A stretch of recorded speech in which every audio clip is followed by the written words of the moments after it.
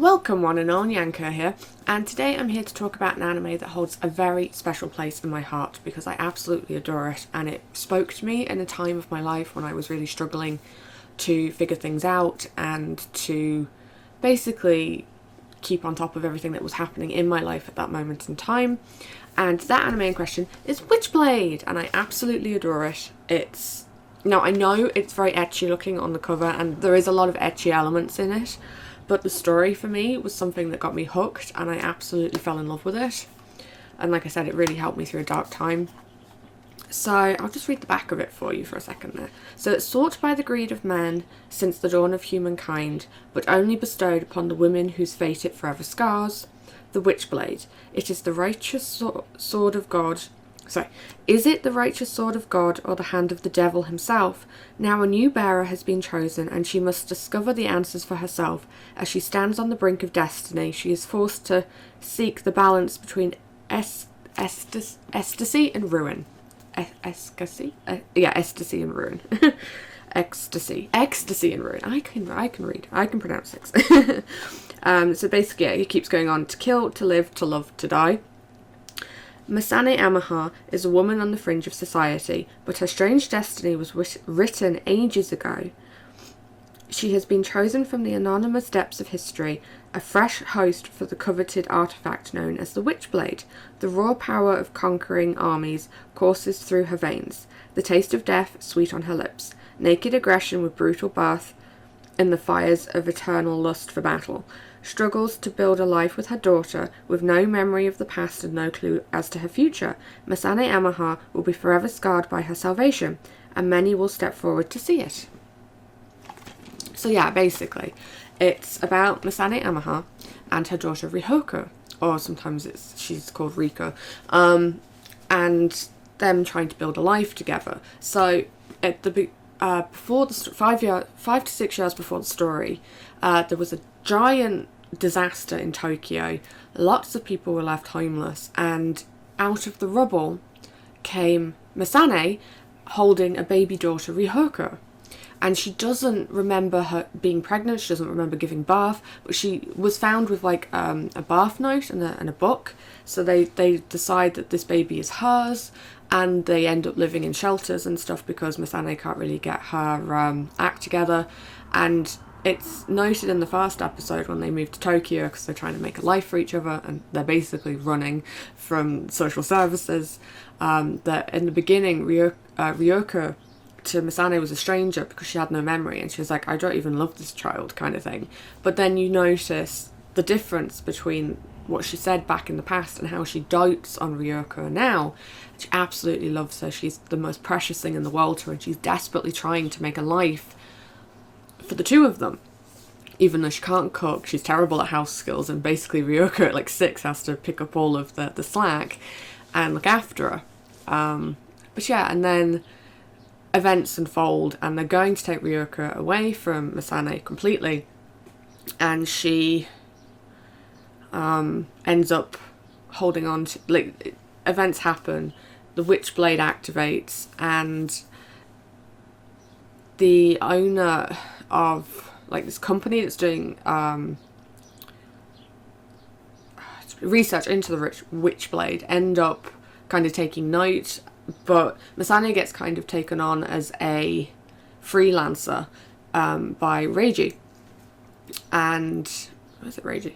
Yeah, I'll put names underneath it. I mainly remember Masane and I remember Ryoko because those two to me are my favourites, because I also had a daughter very, very young, and I was really struggling to adapt to being a mum while also trying to figure out how to while also trying to figure out how I could do the best for her that I could. Now, in difference to Masane, I actually had my parents, and I had a family unit, and they were very helpful and very encouraging and supportive, and they gave me a lot of help to get on my feet and figure out what I was going to do. Whereas Masane doesn't have that. So I have to say there's certain parts of it that, like, I can't fully empathise. I can empathise, but I can't understand fully the situation. But I myself understand what it's like to struggle with the idea of becoming a parent very young and trying to figure out how, you know, your life is completely shifted and it's completely changed, and you don't know what you're going to do. Your life in your mind looks totally different to how it ends up being. And then, you know, for a while I did really struggle with that. And then, as I said, I watched Witchblade, and I watched Masane struggle, and then I watched her fight tooth and nail to get back on her feet, to build a life for her and Ryoko, you know. And it really, like, hit me, and I was like, it doesn't matter what I do, I just have to put one foot in front of the other, and I have to fight for my daughter, and I have to, you know, fight for our future. So that's why it's a really special anime to me. I absolutely adore it. Like, the storytelling is really good. Now, again, it's very ecchi. Like I said, it's very lust-filled, because the Witchblade, like, heightens all of your carnal desires, basically, because it's like fight, fight, fight, but you're kind of turned on by fighting and stuff like that. But outside of that, you've got really good stories. So you've got the Witchblade program that's happening in the background. So you've got Reina, who's like the main one in that, who's like had the main compatibility with Witchblade, and then suddenly after the disaster lost her compatibility. And that plays into the story, but I won't spoil if you haven't seen it. And her father, who's basically using his DNA with these different, like, with his different daughters. It's kind of creepy, to try and build the best Witchblade holder, and it ends up being his granddaughter through a different DNA. So basically what he's been doing is he's been having his children, and then he's been taking their DNA and mixing it back with his own DNA to make more children. So it's not as incestuous as it sounds, but they're all like test tube babies, and there's a little bit of insanity going on in there, because there's another character, Maria, who is absolutely insane, and she's the main villain towards the end, other than, you know, the Witchblade itself. Because, yeah, the Witchblade exacts a huge toll from the user, and, yeah, you learn that more as you go through. And then other things that happen in it are, like, you have Masane and Ryoko living in this apartment building and then becoming friends with their neighbours, and, you know, Masane basically figuring out what it's like to be a single mum and having to work around that. And then also there's a few love stories that go on in the background that are really cool. And yeah, it's such a good show. Like I said, it really helped me get back on my feet and, like, mentally fortify myself for, like, what I was going to do in the future and things like that. And it's very good at being like, yeah, okay, so you didn't plan for life to be like this, but you have to make the best of what is now in front of you. And just because your future doesn't look how you planned it doesn't mean that it can't still be a great life ahead of you. I really love Witchblade. And the ending of it for me was so sad, because, again, I'm not going to spoil, but just because. If you've seen the show, you'll know why. If you haven't seen the show, go watch it and then you'll know why.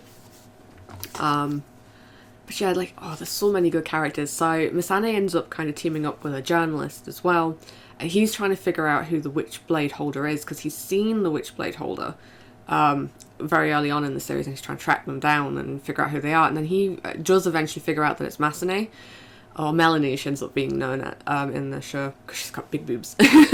Another reason I like it. And he ends up keeping her secret and helping her out and stuff. And then more things start happening and more attacks start happening, and then Masane gets in the news and people get really afraid of her. And then as the story starts to go forward and forward, and then the Witchblade starts taking more and more of a toll, she kind of comes home in her, like, Witchblade outfit, and she's just like, I've got to get home. She gets home, and everyone in the building where she lives is like, oh my god, no, get out, you know, don't kill us, kind of thing. And she's just like, and she goes looking for Ryoko, and Ryoko is like, Mama, it's you, kind of thing. It's okay, because she knows as well at that point. And then they all see who she is, and then she drops and, like, she passes out. And they realise that everything that's been covered in the news might not necessarily be true, because they know the person behind the blade. And yeah, it's a great story about, like, building your own community. And sometimes, you know, just because society says that you're one way doesn't necessarily mean that you are, and, you know, to break out of the box and to, you know, do things right. And I found that really intriguing, and it really hit home, like I said, and I absolutely adore the show. Now, the voice acting is great in it as well. I should probably mention that. So it's dubbed and subbed. I've mainly seen it in the dub. Absolutely love the dub. Love all of the voice actors that star in it, so I was really happy. I actually stumbled across it by chance because I was looking for something new to watch, and then I clicked on to a different show, and Witchblade popped up because someone had put the wrong show in, and I was like, oh, what's this? And then I found out what it was called, because there was only like 2 episodes. Tracked it down and then watched the rest of it, and I was like, oh my god, this is amazing, it changed my life. So yeah, sometimes you can just come across shows that change your life in like really weird circumstances. But I think that's one of the big things about anime in general that really hits home with me, is that they tell so many vast different stories, and they're all so compelling, and a lot of them hit home for a lot of people in ways that you might not always expect. And like I said, for me, that was Witchblade. I found it at a time in my life when I needed some kind of encouragement. I needed some positivity, because I was starting to fall mentally into the box that society was putting me in. Oh, a young mum, you know, oh, you're never going to do anything with your life. You're just going to sit on benefits for the rest of your life, blah, blah, blah. And I didn't. I fought tooth and nail with the help of my family. I put myself through school by homeschooling myself. I got my GCSEs, I got my A-levels. I then went on and did, they used to be called FETEX, but they're now called QQIs in Ireland, and they're kind of like a more advanced course that kind of either can help you get into college and get into other courses, or you can just start working off of them. And the one I did helped me start working, and it got me into my job, that then got me into another job, that got me into my third job when that job, the second job went bust, you know. So I fought tooth and nail, and I'm very lucky, and I'm one of the lucky ones. And again, with Masane, she's one of the lucky ones too, to a degree, despite the ending, because she manages to pick herself up out of the dirt. She manages to make a life for her in Ryoko. She also manages to find somebody that she falls in love with, and then she actually realizes who he is to Ryoko, and then brings them together, and it's amazing. It's a great story about family, about love, about familial love, and I mean also about boobies and fighting. But you know, that's kind of sidestep to the main storyline. If you can follow the storyline and just kind of ignore the ecchi, if the ecchi isn't always for you, it's a great story. It's so good. I absolutely adore it. So yeah, and that's just been my little thing about Witchblade. There's probably a bunch of characters that I've forgotten about. I just wanted to talk about my main favourites. So yeah, go watch it. It's really good. If you've already seen it, again, comment down below in the comment section and let me know what you thought of it. Who was your favourite character? If you didn't like it, also tell me why you didn't like it. You know, let's discuss things. But yeah, other than that, my kittens, I'm going to send you all of my love. I'm going to remind you to eat something, drink something, and don't forget any medications if you are on them. And I will see you in the next video, my lovelies. Bye!